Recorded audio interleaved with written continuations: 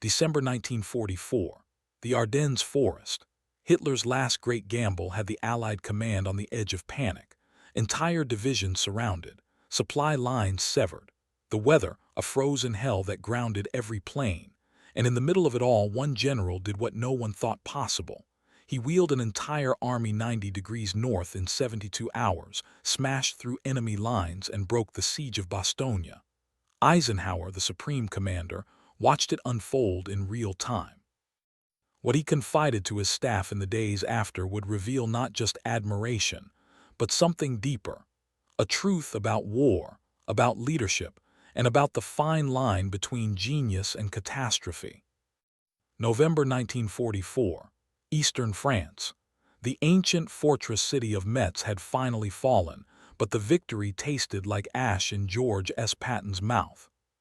For 3 months, his Third Army had battered itself against those medieval walls and modern German defenses. Fort Driant, Fort Jeanne d'Arc, names that would haunt the survivors. 47,000 American casualties, killed, wounded, missing. The bloodiest urban siege on the Western Front since D-Day. Patton's tanks, built for speed and maneuver, had been reduced to grinding through mud, minefields, and interlocking fields of fire that turned every street into a killing ground. The newspapers back home still called him Old Blood and Guts. His own men had a different version. Yeah, our blood, his guts. But those who'd been with him since Sicily knew the truth. Patton drove his army hard because he believed speed saved lives. Every day of delay meant another winter in this war, another Christmas away from home, another generation of young men fed into the meat grinder. Now, in late November, his forces pressed toward the Saar River, clawing their way toward the Rhine. Supreme Commander Eisenhower faced an impossible calculus. Fuel, ammunition, and reinforcements were finite. Bernard Montgomery's ponderous advance in the north consumed resources like a bonfire. Patton's eastern thrust promised breakthrough, but demanded everything Ike could spare. The Supreme Commander split the difference, satisfying no one. In his headquarters, Patton studied maps with an intensity that unnerved his staff. Not maps of the Saar, maps of the Ardennes Forest, 80 miles north.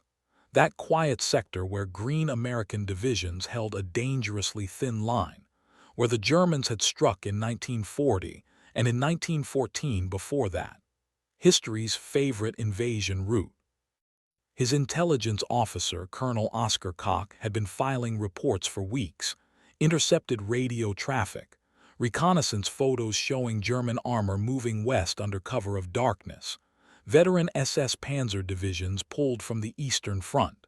Koch's assessment was blunt. The enemy was massing for a major counteroffensive. Target, the Ardennes. Eisenhower's headquarters dismissed it.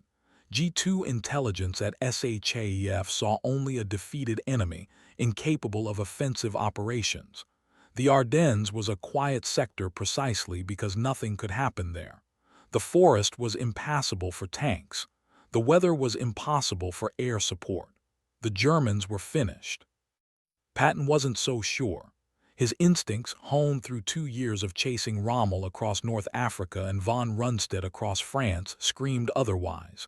He ordered his staff to prepare contingency plans, axes of advance north, supply routes, assembly areas just in case. They thought he was being paranoid.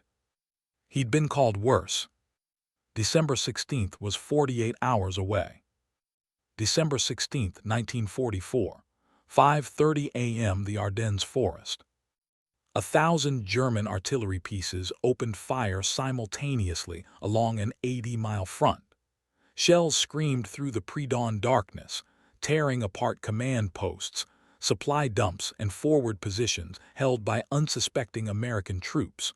What followed was unlike anything the Western Front had seen since the Normandy breakout.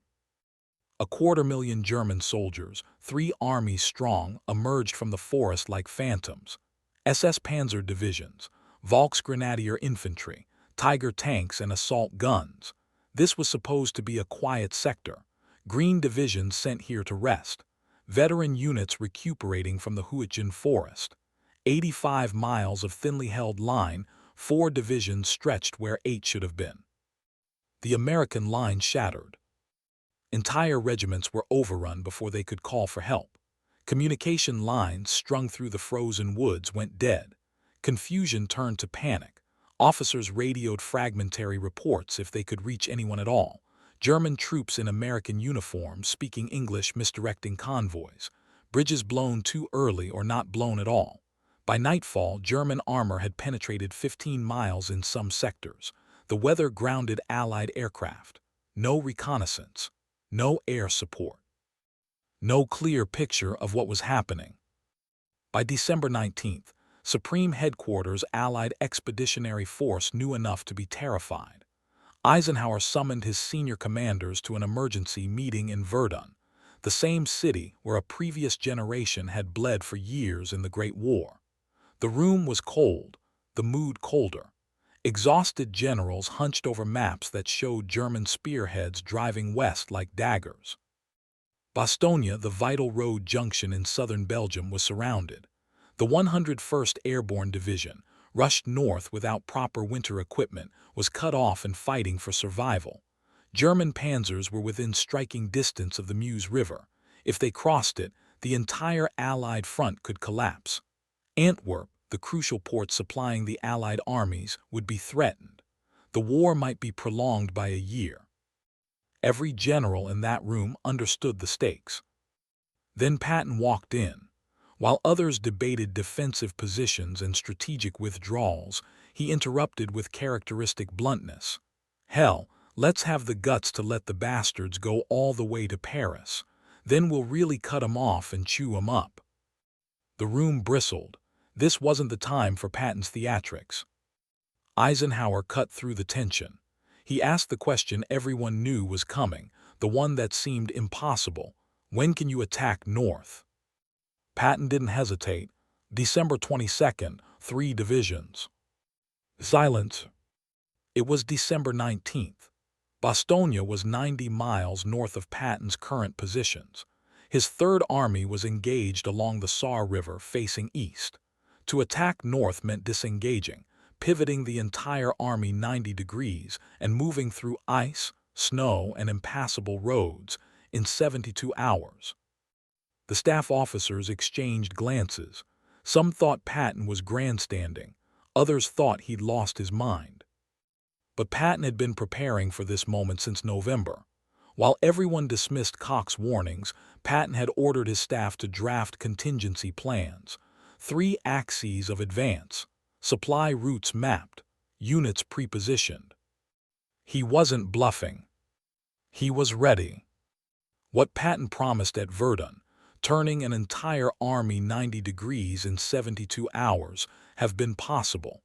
But Patton had never been interested in what was possible. He'd been interested in what was necessary.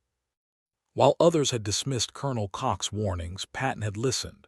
His staff had spent weeks drafting contingency plans, each named for pocket change: nickel, dime, and quarter. 3 different axes of advance into the Ardennes, depending on where the Germans struck. When Eisenhower asked when he could attack, Patton already knew the answer. He'd been ready since November. December 19th through 22nd became a logistical symphony conducted in a frozen hell. 133,000 men, 11,000 vehicles, entire corps pulled from active combat, turned north, and sent racing toward Belgium on roads that had become skating rinks. Tank columns stretched for miles, moving without headlights to avoid Luftwaffe strafers prowling the skies. Infantry divisions marched through darkness, their breath freezing in the air, their boots crunching through ice that cut like glass. The temperature plunged below zero. Engines refused to start. Mechanics worked with bare hands on frozen metal, their fingers going numb, then black with frostbite. Soldiers slept in ditches when they slept at all, huddled together for warmth that never came. Supply trucks skidded off roads, spilling ammunition and rations into snowbanks. Recovery crews hauled them out by hand, then kept moving. Patton drove the length of the column himself, his command car weaving through the chaos. He pushed exhausted commanders past their breaking points, screamed at traffic jams that threatened to derail the timetable, slept 2 hours a night when his staff forced him to rest. His presence was everywhere, cajoling, threatening, inspiring.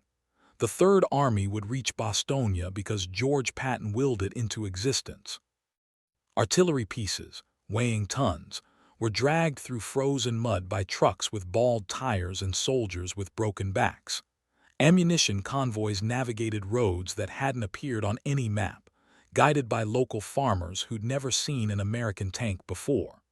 Radio operators worked through the static, coordinating movements across an army that stretched across 2 countries. It was a miracle of improvisation and iron discipline. December 22nd, 10:00 a.m. Elements of Patton's 4th Armored Division smashed into German positions south of Bastogne. The Wehrmacht defenders were caught completely off guard. They'd been told the Americans were in disarray, retreating, and finished. Instead, Sherman tanks appeared out of the snowstorm like avenging ghosts. The fighting was immediate and brutal. German 88 anti-tank guns tore through American armor at point-blank range. Shermans burned in the snow, their crews bailing out into machine gun fire.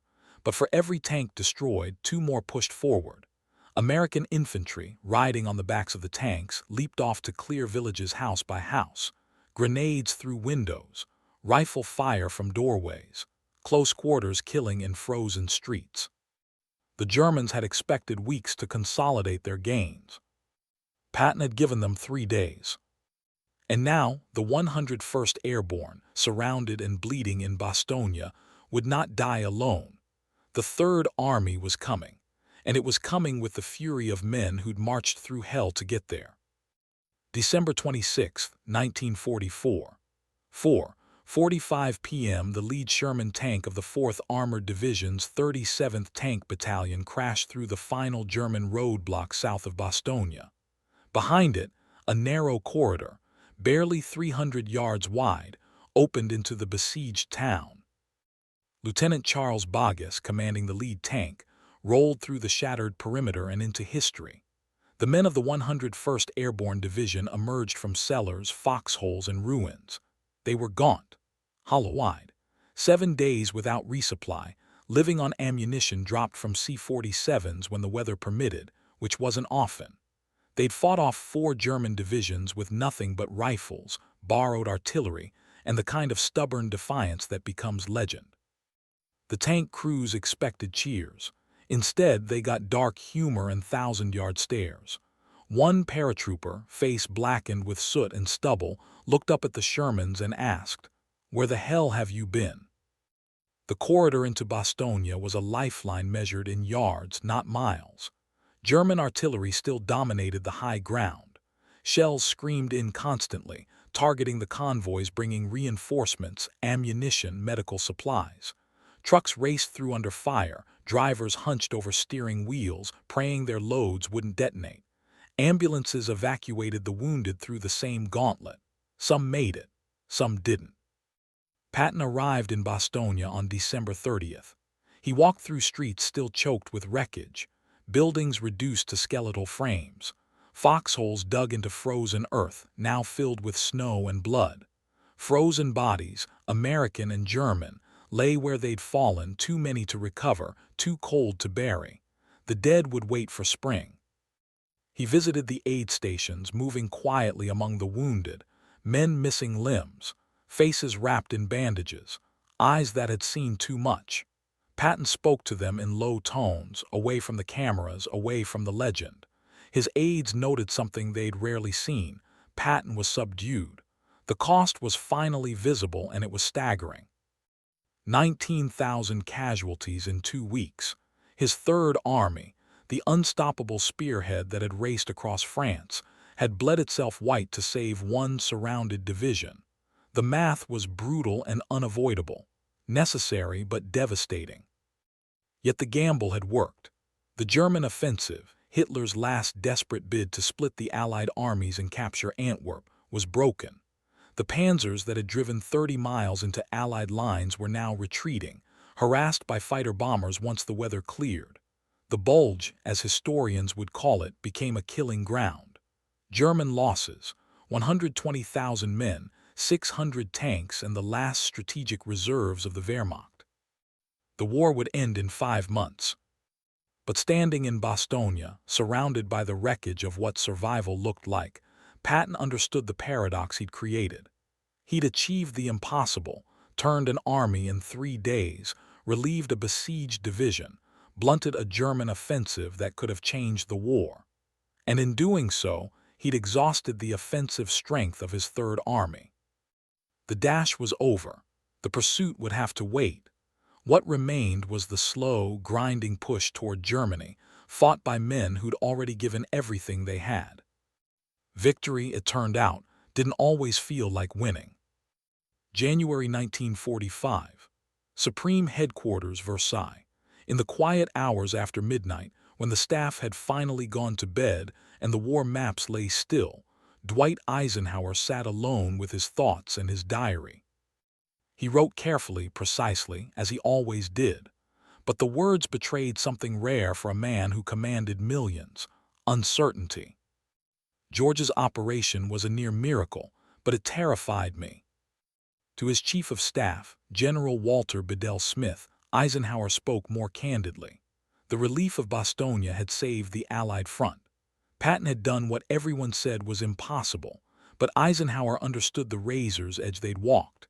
If the weather had been worse, if the Luftwaffe had struck the convoys harder, if German reserves had been stronger in exactly the right place, the Third Army could have been cut off, surrounded, destroyed. The gamble that saved Bastogne could have become the disaster that lost the war. Eisenhower's burden was different from Patton's. Patton saw the battlefield. Eisenhower saw the world. He managed alliance politics where every decision risked fracturing the coalition. Churchill demanding action in Italy. De Gaulle insisting on French pride. Montgomery, brilliant and insufferable, consuming resources while moving with glacial caution. Behind it all, supply chains stretching back to American factories, public opinion demanding victory but recoiling at casualties, Stalin watching from the east, waiting to see if the Western allies would falter. And then there was Patton, brilliant, indispensable, uncontrollable, a man who operated on instinct, aggression, and an almost supernatural confidence in his own judgment. He didn't study logistics. He willed them into existence. He didn't plan for contingencies. He created certainty through sheer force of personality. In a private conversation, Eisenhower confessed to an aide what he could never say publicly. Patton won us the Bulge, but I can't let him run wild. He'd start World War III just to see if he could win it. It wasn't a joke. Eisenhower had seen Patton nearly trigger diplomatic disasters in Sicily, when he'd slapped shell-shocked soldiers and called them cowards. He'd watched Patton ignore orders, reinterpret directives, and push beyond his operational boundaries because he believed, genuinely believed, that speed and audacity could substitute for planning and coordination. Sometimes he was right. That was the terrifying part. Patton's genius was inseparable from his recklessness. You couldn't have one without the other. And Eisenhower, who bore ultimate responsibility for everything that happened on the Western Front, lived with the knowledge that the man who just saved the Allied offensive was also capable of wrecking it through sheer reckless abandon. He needed Patton, feared needing him, and couldn't afford to lose him. On January 8th, Eisenhower penned a formal letter to Patton, praising his outstanding courage and speed of action. The words were carefully chosen, professional, restrained. They revealed nothing of the sleepless nights, the private doubts, the calculations of risk and reward that haunted the Supreme Commander. Patton framed the letter. Eisenhower filed it away and returned to his maps, his supply reports, his impossible task of holding together an alliance while prosecuting a war against an enemy that refused to surrender. And in the silence of his office, he wondered, when the war ended, what would men like Patton do with themselves? Men built for conflict, who thrived in chaos, who measured their worth in victories won and enemies destroyed. It was a question Eisenhower wasn't sure he wanted answered. When the snow finally melted in spring 1945, the true cost of the Ardennes became visible. 19,000 American soldiers died, 75,000 total casualties, killed, wounded, captured, missing. The largest and bloodiest battle the United States Army fought in World War II. And yet strategically, it was a German catastrophe. Hitler's last gamble had consumed 120,000 men, 600 tanks, and the final offensive reserves of the Wehrmacht. The road to Berlin was open. Patton's relief of Bastogne became the textbook example of aggressive leadership, proof that speed, audacity, and calculated risk could alter the mathematics of modern war. Military academies would study the 90-degree pivot for generations, the impossible maneuver that worked. But history's verdict came with asterisks. The pivot worked because Patton had prepared for it in November, drafting contingency plans when everyone else dismissed the threat. It worked because his logistics officers, men whose names never made the headlines, performed miracles of coordination under impossible conditions. It worked because the weather cleared just enough on December 23rd to let Allied fighter-bombers strafe German columns and drop supplies to Bastogne. What if it hadn't? What if the fog had lasted another week? What if German reserves had been positioned differently or Luftwaffe attacks had been heavier? The Third Army could have been encircled, its supply lines cut, its divisions destroyed piecemeal. The Bulge could have become an American Stalingrad, a disaster that prolonged the war by a year or more. Eisenhower learned the lesson Patton couldn't teach. Great generals are gamblers, but great commanders must know when to let them roll the dice and when to pull them back from the table. In the final months of the war, as Allied armies closed in on Germany from all sides, Eisenhower made a curious decision. He did not give Patton command of the final drive into the heart of the Reich. That honor went to others, to Bradley's 12th Army Group, to Hodge's 1st Army. Patton's 3rd Army was relegated to a supporting role, clearing southern Germany while the main thrust went north. Some historians see this as punishment for Patton's insubordination, his public criticism of Eisenhower's cautious strategy. Others see it as wisdom. Eisenhower had watched Patton risk everything at the Bulge and win. He understood that the same man who could save an army might also destroy one, given the wrong circumstances and the right amount of rope. In his private papers, Eisenhower wrote the words that defined his relationship with his most brilliant, most dangerous subordinate. I watched George turn near defeat into breakthrough, and I realized we won because he was willing to risk everything. But a man willing to risk everything is the most dangerous weapon you can wield. Years later, long after the war ended, Eisenhower visited Luxembourg. He stood before Patton's grave, buried among the men of the Third Army he'd driven so hard. Eisenhower had brought a wreath. No cameras, no press, no public ceremony. Just two generals, one living and one dead, who'd understood what command actually cost. The silence between them said everything that needed saying. Victory had never been inevitable. Triumph had always been one bad decision away from disaster. And the men who made those decisions, Eisenhower, who authorized the gamble, and Patton, who executed it, would carry that weight forever. History remembers Bastogne as a miracle. The men who lived it remembered something closer to survival.